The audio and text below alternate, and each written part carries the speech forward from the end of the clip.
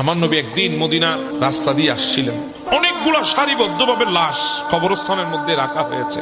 আমার নবী প্রত্যেকটা কবর দেখছেন আর মুস্কি মুস্কি হাসতেছেন। সুবহানাল্লাহ।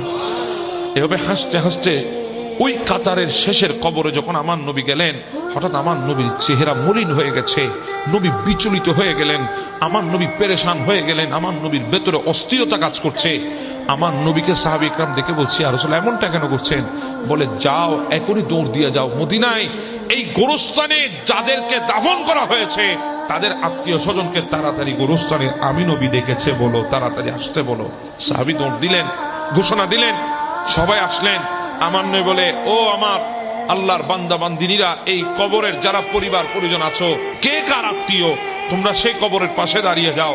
সবাই যার যার আত্মীয় কবরের পাশে দাঁড়িয়ে গেছে, ওই কবরের পাশে কেউ দাঁড়ায় নাই। আমার নবী বলে, সাহাবী তুমি কি বলো নাই? বলি, ইয়া রাসূলুল্লাহ বলেছি। বলে, আবার যাও তাড়াতাড়ি ডেকে নিয়ে আসো, এই কবরের আত্মীয় স্বজন কে আছে তাকে ডেকে আনো। সাহাবী দৌড় দিচ্ছে, দেখে একজন বৃদ্ধ মহিলা লাঠির উপর ভর দিয়ে দিয়ে এসেছে। জিজ্ঞাসা করা হয়েছে, আপনি? বলে, আমি হচ্ছি ওই লাশটা, যেই কবরটা দেখা যাচ্ছে ওই কবরে যে আছে সে আমার সন্তান। আমার নবী বলে, মা তাড়াতাড়ি এদিকে আসেন, দাঁড়ান আপনি কবরের পাশে। মা, আপনার সন্তানের সাথে আপনার সম্পর্ক কেমন ছিল? একটু ভালোই তো ছিল। মা, আমার কেন জানি মনে হয় আপনি আপনার সন্তানের উপর অসন্তুষ্ট। মা, আপনার সন্তানের কবরে ভীষণ মারাত্মক আযাব চলতেছে। মা, একটু আমাকে খুলে বলেন। এই মহিলা যখন সন্তানের কবরে আযাব চলছে কথাটা শুনেছে, মহিলাটা বলতেছেন, আলহামদুলিল্লাহ। আমার নবী বিচলিত হয়ে গেছেন, হতভম্ব হয়ে গেছেন।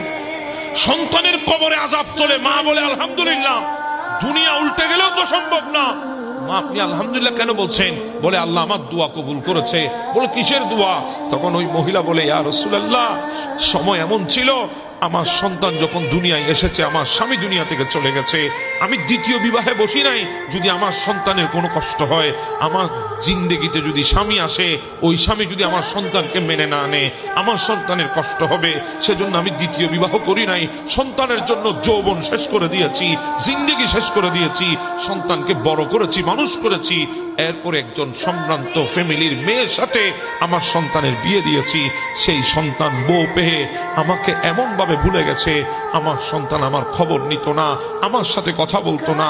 একদিন আমার ওই পুত্রবধূ কি বলেছে আমি জানি না, আমার সন্তানটা এসে আমার এমন ভাবে মারছে, ইয়া রাসূলুল্লাহ 3 দিন পর্যন্ত বেহুশ ছিলাম বারান্দায়। সন্তান আমার হুঁশ ফিরাই নাই, আমাকে দেখতেও আসে নাই।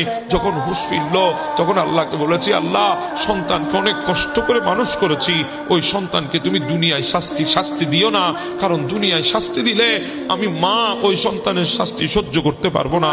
আল্লাহ যা দিবা কবরে দিবা, সেখানে তো আমি দেখবো না। আজকে আপনি বলছেন আমার সন্তানের কবরে আযাব চলছে, তার মানে আল্লাহ আমার দোয়া কবুল করেছে, জন্য আলহামদুলিল্লাহ বলেছি। দেখেন কত মারাত্মক কথা, চিন্তা করেন। আমার নবী বলে, মা আপনি মাফ করে দেন, আপনার সন্তানের কষ্ট হচ্ছে বেশি। বলে, ইয়া রাসূলুল্লাহ, আপনি আমারে বলেন, আমার জিন্দেগিটা বের করে আপনাকে দিয়ে দেব, এরপরও সন্তানকে ক্ষমা করার কথা আমাকে বলবেন না, আমি সেটা রাখতে পারবো না। তখন আমার নবী হাত তুলে বলে, আল্লাহ, এই মহিলার চোখের পর্দা উঠাই দাও, সে যাতে তার সন্তানের কবরের আযাব দেখতে পারে, আল্লাহ তার চোখের পর্দা উঠাই দাও। আমার নবী দোয়া করতে দেরি, ওই মহিলার চোখের পর্দা উঠে গেছে। ওই মহিলা কবরের আযাব দেখে এমন এক বিকট শব্দে চিৎকার করে মুহূর্তে বেহুশ হয়ে জমিনের মধ্যে পড়ে গেছে।